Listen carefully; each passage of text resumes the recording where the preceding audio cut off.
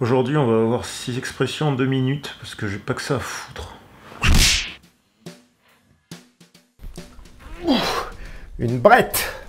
Dans l'épisode 5 sur les sours, je vous parlais des Brettanomys, ces levures sauvages qui twistent à donf. Et bah quand on les utilise dans une bière, on peut y apposer le préfixe brett. C'est le cas par exemple de la Tall sur Sorachi Ace, qui est en fait une brette IPA. Une rye. Rien à voir avec le style de musique. Rye, ça veut dire seigle en anglais. En général, dans la bière, on met du malt d'orge, mais on peut substituer une partie de l'orge par du seigle. Ça va nous donner une couleur plus rouge ambrée, et en goût, ça va nous donner quelque chose de plus rond, parfois un peu d'aigreur, et parfois quelque chose d'un peu laiteux.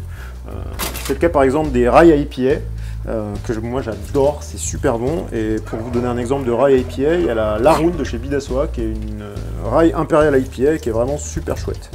Collab ou collaboration. Rien à voir avec le régime de Vichy.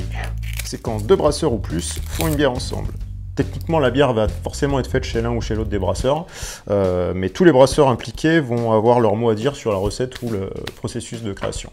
On peut citer par exemple la collaboration entre Craig Allen et La Débauche, ou encore toutes les collaborations entre Buxton et Omnipolo. Un brasseur gypsy ou nomade. Rien à voir avec les gens du voyage, ni les steppes de Mongolie. En fait, ça désigne juste un brasseur qui n'a pas de brasserie à lui et donc qui brasse toujours chez les autres. On peut citer notamment Toöl au Danemark, ou Omnipolo en Suède, ou encore La Kinsey au Pays Basque.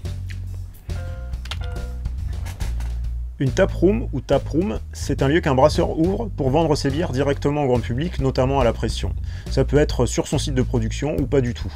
Tap en français, ça veut dire robinet, bec, c'est le bout de la tireuse, quoi. Ça n'a rien à voir avec la bagarre finalement. Et du coup, un tap takeover, c'est quand un brasseur squatte tout ou partie des tireuses d'un bar pour y mettre ses fûts. C'est une espèce de soir à thème pour découvrir une brasserie, quoi.